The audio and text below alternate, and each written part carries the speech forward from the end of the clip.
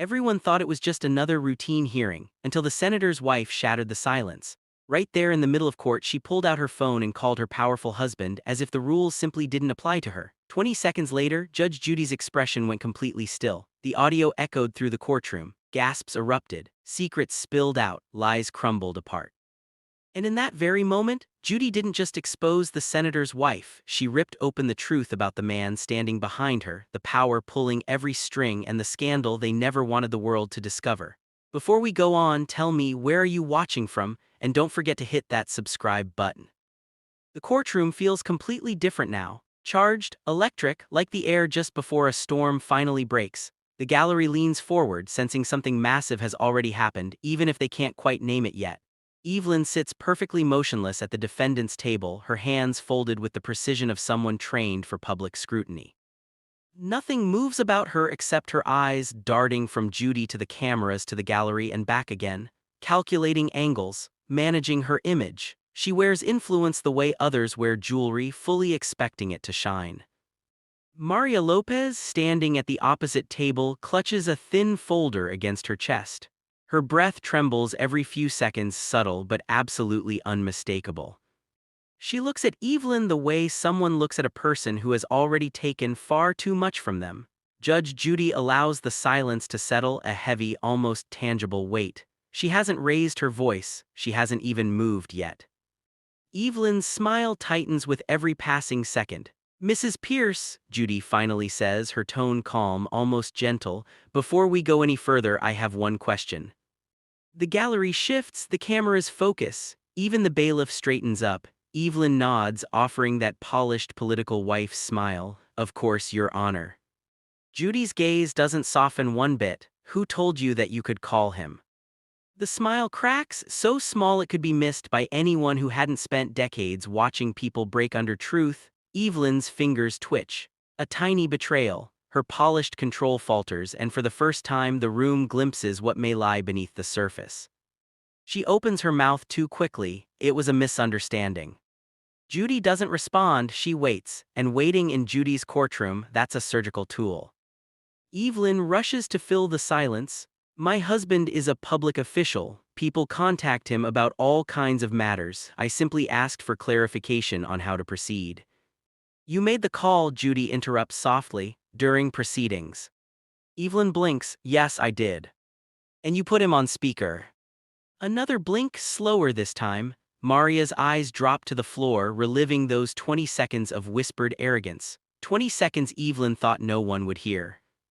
Judy continues, "You assumed you could consult someone outside this room to influence what happens inside this room." She doesn't raise her voice, she doesn't have to, the truth carries all the weight.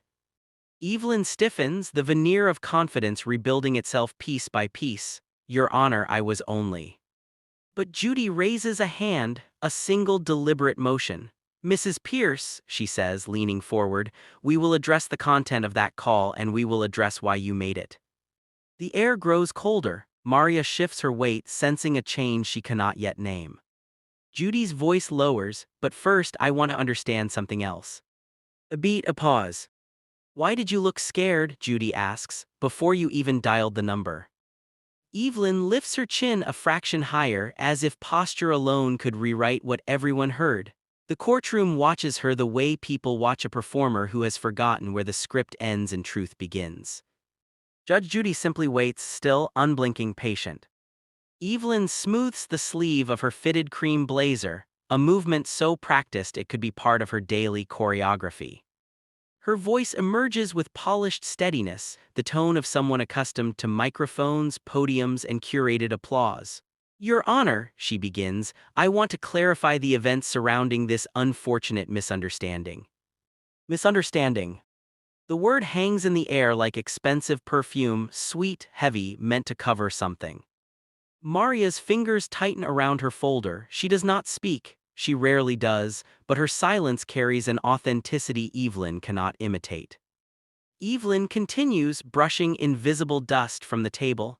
"I hosted a charity brunch, something I do regularly to support local programs. Ms. Lopez attended as a volunteer. She became overwhelmed by the crowd and misinterpreted a simple conversation. Her gaze slides toward Maria, polite but cold. She accused me of belittling her. I tried to defuse the situation, but she escalated. She has a tendency to. Judy raises one eyebrow, the faintest movement, yet powerful enough to slice right through Eivelyn's narrative. Mrs. Pierce, Judy says calmly, I asked you about your behavior, not hers. Eivelyn's smile falters, then returns thinner this time, stretched like a ribbon pulled too tight. I was explaining context, Your Honor. Context, Judy echoes quietly, is only useful when it's truthful. The tension sharpens, the gallery leans closer. Maria's heartbeat seems visible in the slight tremor of her shoulders. Eivelyn shifts tactics, it shows in her posture, the tilt of her head, the softening of her tone. Your Honor, I have dedicated my life to public service and to supporting my husband's responsibilities. I am under enormous pressure to maintain order and professionalism. That day, I simply did what I thought was best. Judy studies her, a gaze that feels like a slow zoom, revealing cracks makeup cannot hide. And calling your husband during this hearing, Judy says, was part of maintaining professionalism. Eivelyn swallows, the room notices. I only wanted accurate guidance, she says more softly. I didn't want this situation misrepresented. We deal with sensitive matters often. Maria finally looks up, her eyes meet Eivelyn's. There is hurt there, yes, but also something steadier, something Eivelyn cannot read. Judge Judy shifts her attention. Miss Lopez, she says, you brought a folder with you. Maria nods, her fingers tremble as she steps forward and places the folder on the podium. She doesn't open it yet. She doesn't need to, its weight alone shifts the gravity of the room. Judy nods toward it, go ahead. The latch clicks open, soft but loud enough to steal the breath from the gallery. Eivelyn goes perfectly still. Photos, timestamps, printed messages, proof. Her smile fades inch by inch, replaced by something colder, recognition. Judy's eyes narrow, fixed on Eivelyn. Mrs. Pierce, why doesn't your timeline match what's in this folder? The folder lies open like a wound, quiet, undeniable, waiting to bleed truth into the room. Eivelyn's breath catches, barely audible but unmistakably real. Maria's fingertips hover above the first page, steadying themselves before the storm breaks. Judge Judy leans forward just slightly, enough to change the air in the courtroom. The gallery stills. Even the hum of the overhead lights seems to dim. Maria inhales carefully, the way someone does when forcing courage into their lungs. She lifts the first photograph. A time stamp glows in the corner like a small, merciless spotlight. This was the morning of the brunch, Maria says quietly. Eivelyn stiffens, her eyes dart toward the screen as if willing the time stamp to disappear. Maria's voice trembles, but she doesn't stop. Mrs. Pierce told everyone she never spoke to me until the incident inside, but you can see she was already standing with me outside. The photo shows Eivelyn facing Maria near the venue entrance, not with the warm smile she claims, but with a pointed finger and a face twisted in irritation. Gasps ripple through the gallery. Eivelyn straightens, her smile snapping back into place like a shield. That image is taken completely out of context. I was asking her a simple question about setup. Mrs. Pierce, Judy cuts in gently, you described your first contact as pleasant. That does not look pleasant. Eivelyn's jaw tightens. A single photo can be misleading. Maria turns to the next page without looking at her. Printed texts, dozens. Mrs. Pierce messaged me 3 times after the brunch, Maria says softly. I didn't respond, then I received these. Judy's eyes scan the page. These numbers match the area code used by your husband's staff. Eivelyn blinks too quickly. I would never involve his office in something so trivial. Maria nods once painfully, but someone did. Judy turns back to Eivelyn. Do you recognize any of these messages? Eivelyn hesitates just long enough for the truth to show itself. No, she says, but the word feels hollow. Anyone can spoof a number. The gallery reacts, soft disbelief rolling through the room like a wave. Maria closes the folder halfway. Your Honor, I never wanted any of this. I tried to walk away that day, but she followed me. Her voice breaks. She told me to remember who she was. Eivelyn's face tightens, shock flashing across her eyes. That is a lie. Judy lifts a hand. Lower your voice, Mrs. Pierce, you may dispute her statement during questioning. But the room already feels different, heavier. The folder, still open on the podium, seems to pulse with its own gravity, pulling attention, pulling truth. Judy nods to the clerk. Please bring up the audio file. Evelyn's head snaps toward her. What audio file? Judy doesn't answer. A screen flickers to life. A single play button glows, 20 seconds long, the same 20 seconds Eivelyn hoped would stay buried. Her breath splinters. Judy taps the table once. Mrs. Pierce, she says calmly, we are about to listen to your call. The first second of audio crackles through the speakers, soft, shaky, unmistakably Evelyn's whisper. Every head turns toward her, but she doesn't move. Judge Judy's expression remains still, yet her silence sharpens like a blade. The room becomes utterly motionless, the kind of quiet that makes people aware of their own breathing. Evelyn's polished composure evaporates the moment her voice fills the courtroom. Just tell me what to say to shut this down. 7 words, 7 small words that collide with the room all at once. A ripple of whispers spreads through the gallery before the bailiff's stern glare forces it back into silence. Maria stands frozen, arms wrapped tightly around herself, as if the recording tears opened something she tried to bury. Eivelyn closes her eyes for half a second, barely a blink, barely a reaction, but enough for Judy to notice. Enough for everyone to notice. It is the first truly honest moment the courtroom has seen from her. The audio continues. She is nobody, I just need this handled again. The room gasps, not loud but together, the sound of people hearing a truth they weren't prepared for. Eivelyn's head snaps up. That, Your Honor, that is taken completely out of context. Judy raises her hand and the rest of the recording fades into a low hum. Mrs. Pierce, she says evenly, before you speak, I want to remind you this is your voice. Eivelyn tries to smile, but her lips won't hold the shape. I was frustrated. People say things when they're frustrated. Judy leans back in her chair. Frustration doesn't explain your choice of words or your tone. Eivelyn opens her mouth again, but Judy's gaze pins her in place. Again, Judy repeats, tapping the desk lightly, a very specific word. Eivelyn shifts, yes, but. Not an accident, Judy continues, her voice calm, almost cold in its precision. You said handle this again, not help me, not clarify, you said again. Maria looks down, as if those 7 letters reopen wounds she hoped the court would close. Judy turns to her. Miss Lopez, have you ever filed a complaint against Mrs. Pierce prior to this? Maria shakes her head. No, I tried to avoid her after that day. Judy nods slowly, then again doesn't refer to you. She lets the implications settle like dust across the room. Eivelyn flinches. Your Honor, you're twisting. No, Judy cuts in cleanly, I'm listening. Eivelyn tries to respond, but the words tangle. She glances toward the gallery, searching for an ally among strangers who once admired her. None meet her eyes. Judy's tone softens, not kind but deliberate.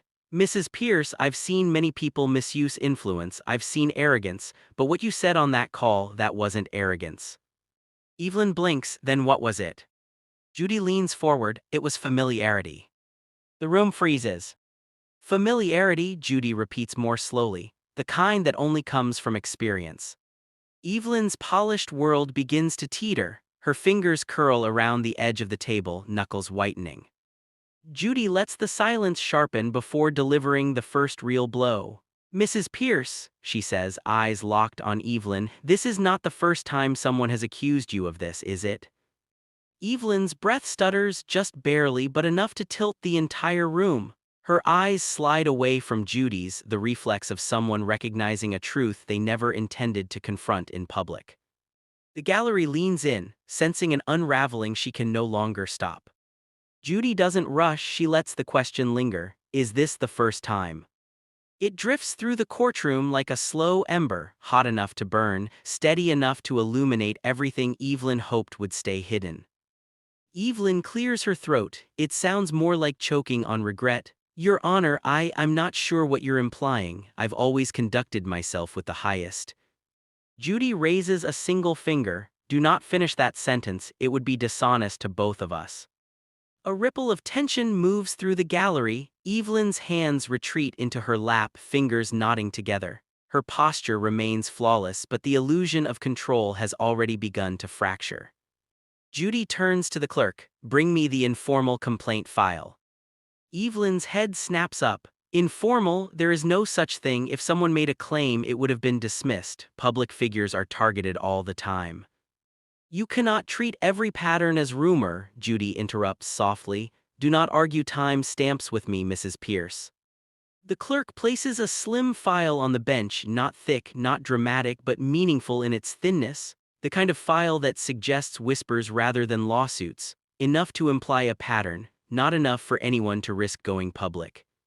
Judy taps it once. "This contains 3 separate notes from individuals who interacted with you at community events over the past 5 years." Evelyn's pulse jumps visibly in her throat. "These are not lawsuits," Judy continues. "They were never escalated, but each describes behavior consistent with what Miss Lopez reported today." Evelyn's breath trembles once. "They misunderstood." Or, Judy replies, leaning forward slightly, "they recognized a pattern." Maria watches Eivelyn with a mix of shock and quiet pity. She never imagined she was part of something larger, something practiced. Judy lifts the first page. "A volunteer from a literacy fundraiser. She reported that you told her to know her place when she questioned a seating chart." A murmur rolls through the gallery.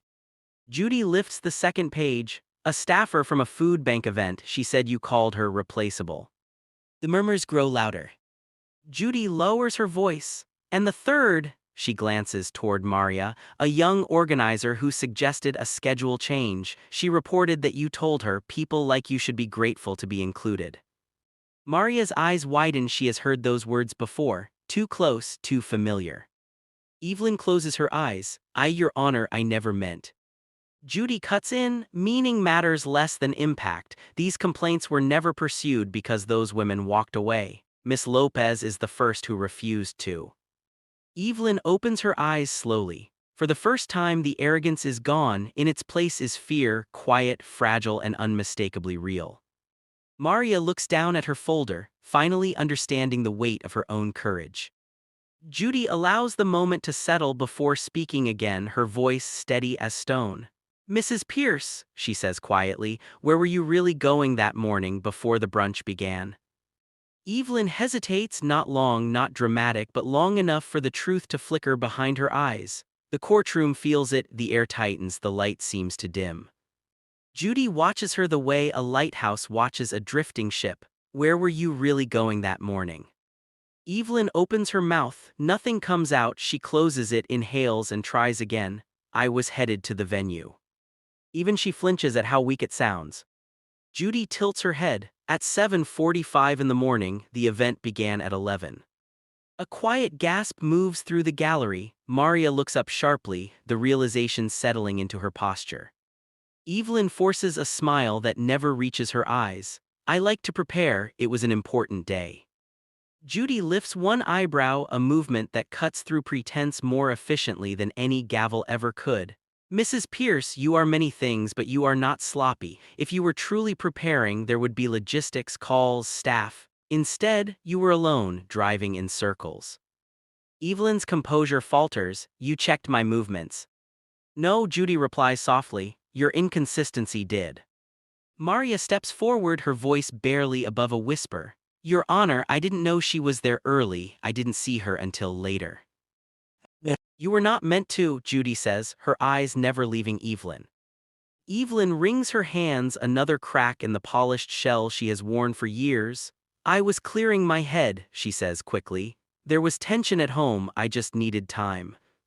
But Judy hears it, the wobble, the drift, the lie wrapped in a sliver of truth. "Mrs. Pierce," Judy says quietly, "the morning only stopped making sense when you tried to make it perfect." Eivelyn blinks rapidly, fighting tears she refuses to acknowledge.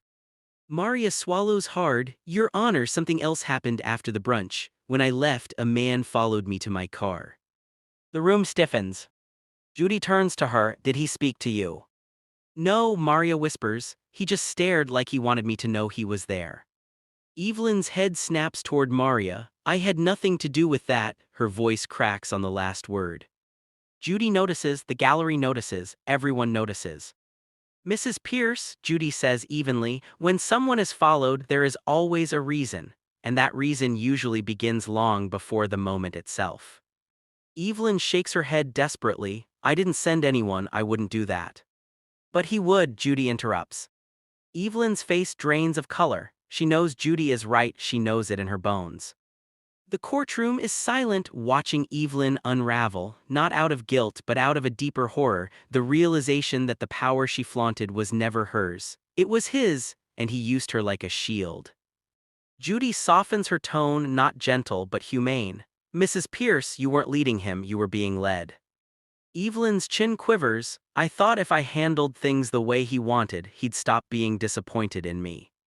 Maria looks down at her shoes, absorbing the human messiness of it, arrogance born from fear, not malice. Judy nods slowly. Fear is understandable, but what you did with it, that is not.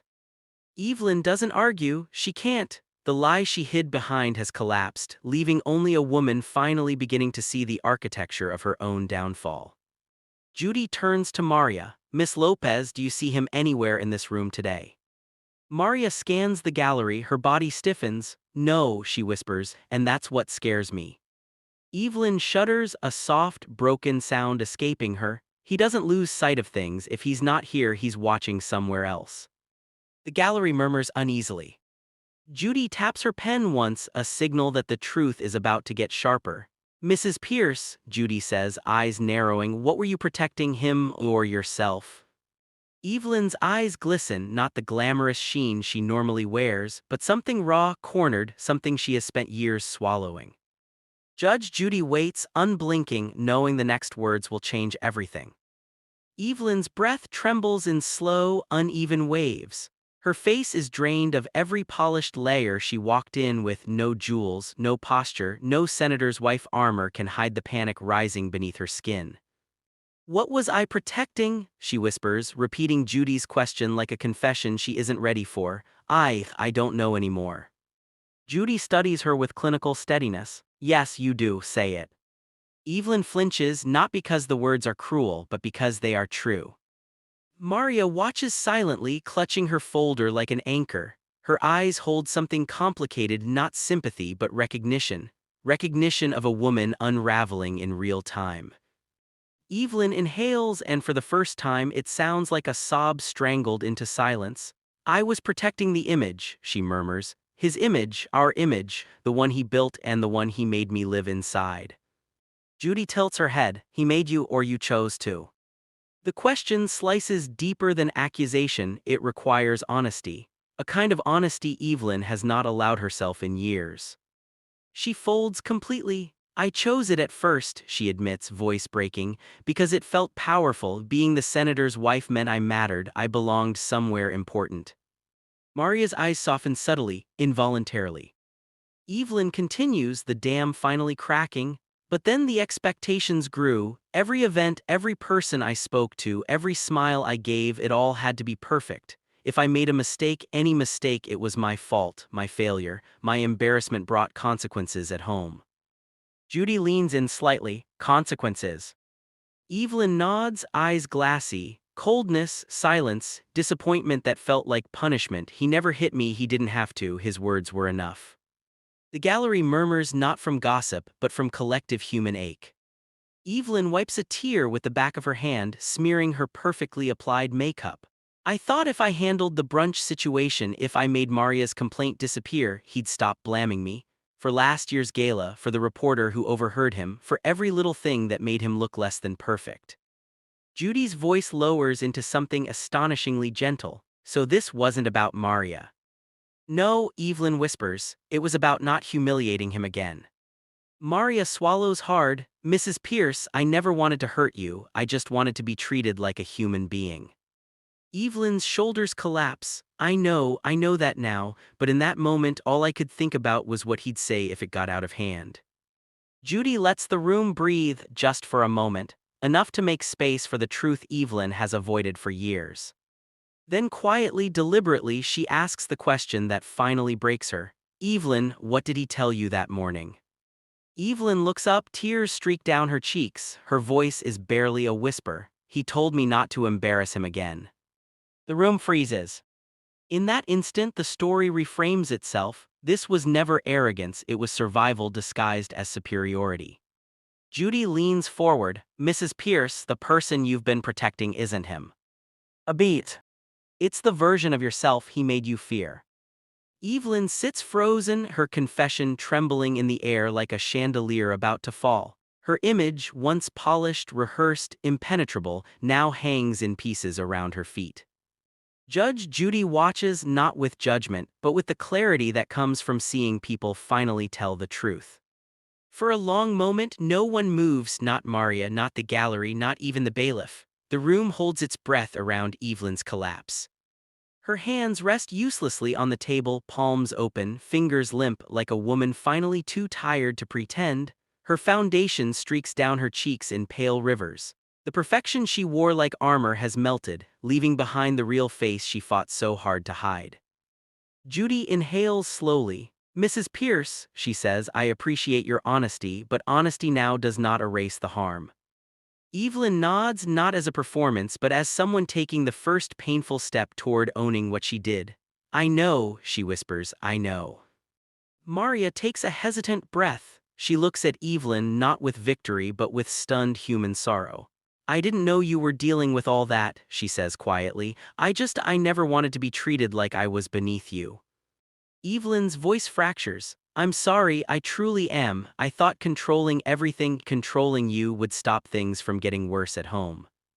That control, Judy says softly but firmly, was not protection. It was projection. You threw your fear at someone who didn't deserve it. Eivelyn nods again, shoulders curling inward. I know, she repeats. She wraps her arms around herself not to comfort but to hold together whatever pieces remain.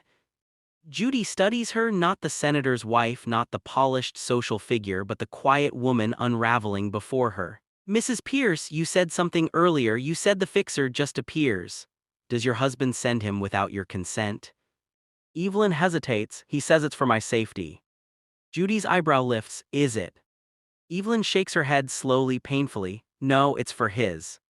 The gallery murmurs again, softer this time, tinged with a complicated cocktail of empathy and disbelief. The layers of Eivelyn's arrogance, cruelty, fear, and obedience mix into something almost heartbreaking.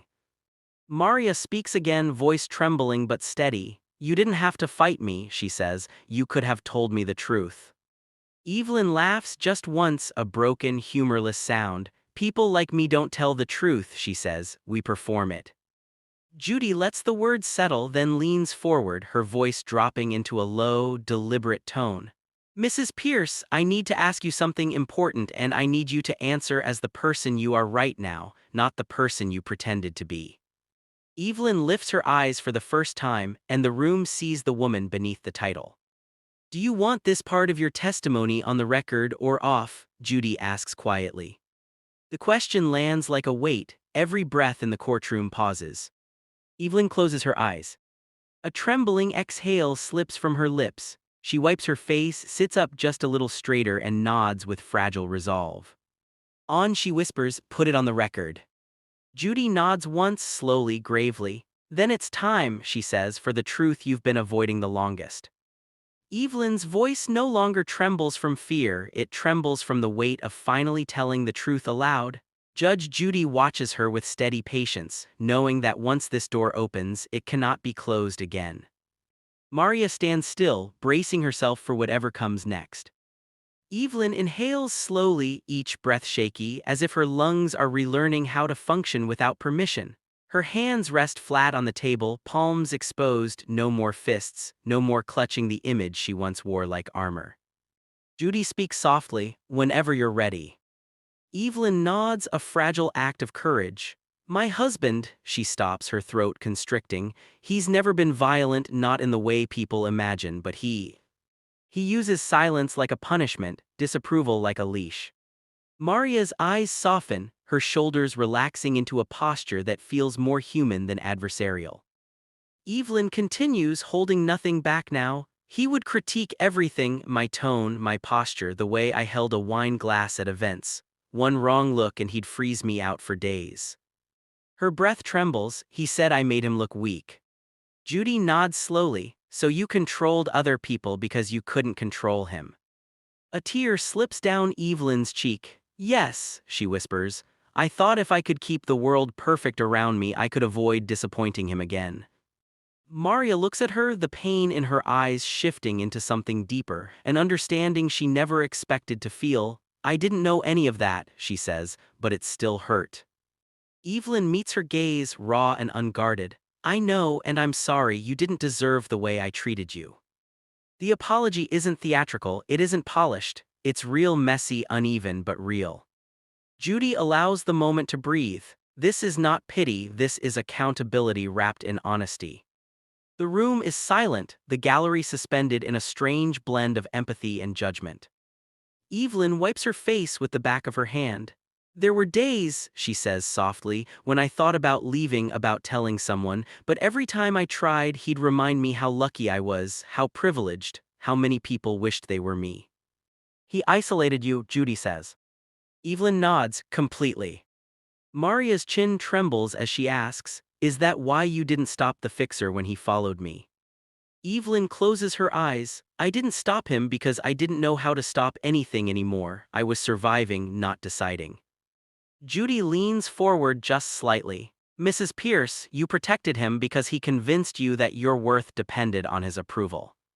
Eivelyn collapses into the truth. Yes. The courtroom hums with quiet understanding, not forgiveness, not absolution, but comprehension of the complexity behind her cruelty. Judy takes a slow breath. Mrs. Pierce, before I rule, there is one more piece of evidence you both need to see. Maria's brows pull together. Eivelyn's eyes widen with dread. Judy signals to the clerk. A new file appears on the screen, one neither woman has seen before. The thumbnail is blurry, but the outline is unmistakable, a recording taken on the day of the brunch from a different angle. Judy's voice drops to a near whisper. This one, she says, changes everything. The screen flickers to life, pale light washing over Eivelyn's tear-streaked face. Maria steadies herself, bracing for a truth she didn't know was missing. Judge Judy folds her hands, measured, patient, ready to show them both what they couldn't see. The new video begins without sound, just movement, shaky and uncertain, as if the person filming didn't realize they were capturing something important. The camera is angled from across the courtyard, half hidden behind a decorative pillar.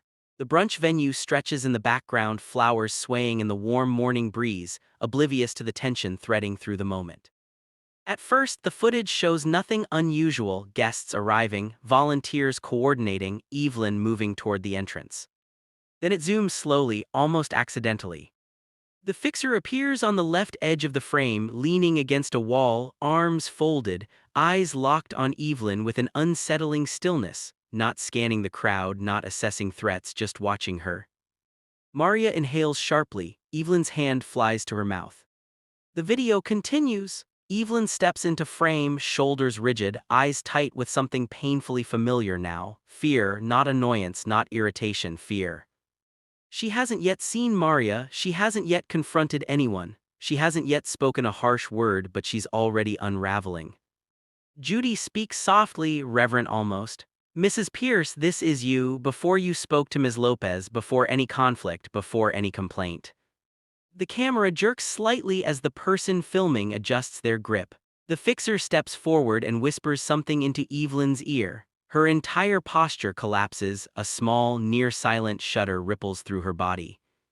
Maria covers her mouth not out of fear but realization. She wasn't angry at me, she whispers. She was already breaking.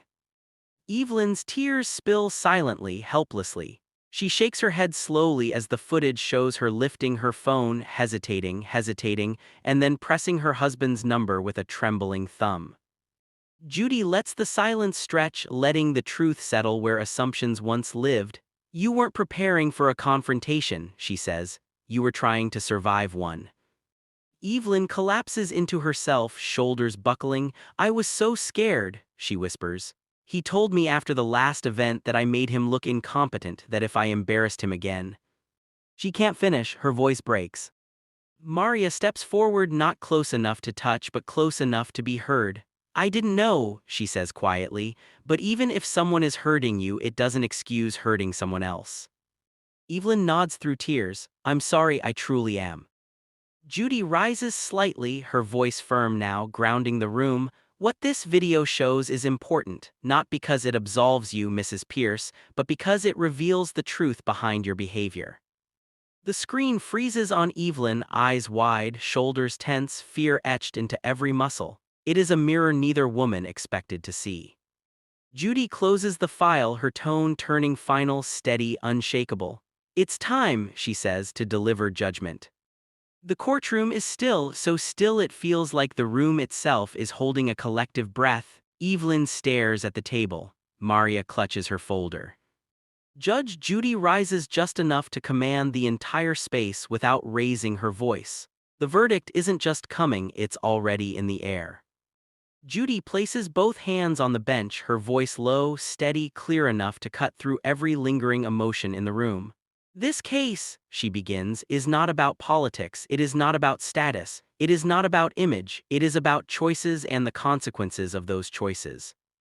Eivelyn lifts her eyes, fragile, drained, stripped of every protective layer she had hidden behind for years.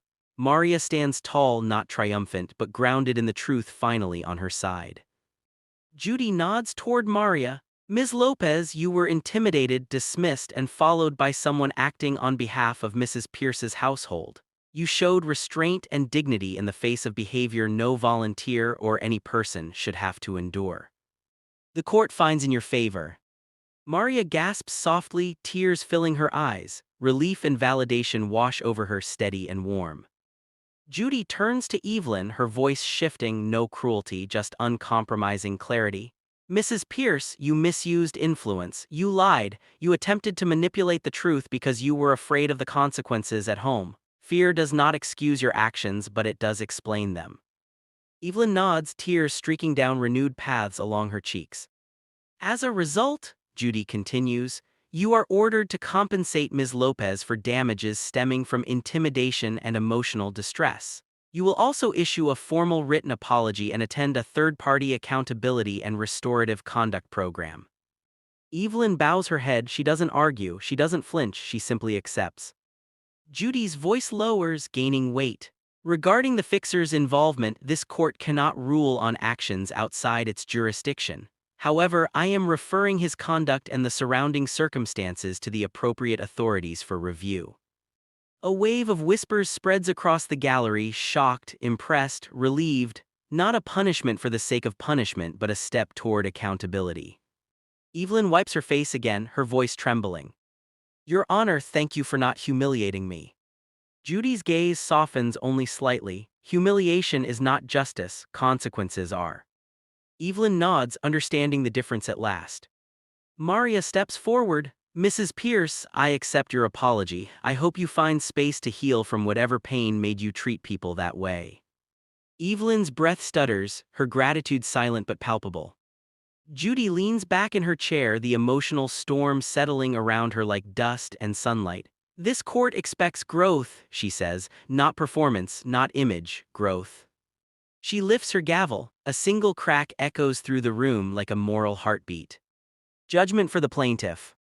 The gallery exhales, relief, closure, clarity. Maria hugs her folder to her chest. Eivelyn stands slowly, fragile but honest, as if taking her first unsteady steps in a world where truth is no longer her enemy. Judy watches her go, eyes steady, voice calm. Arrogance collapses fast, but truth knows how to endure.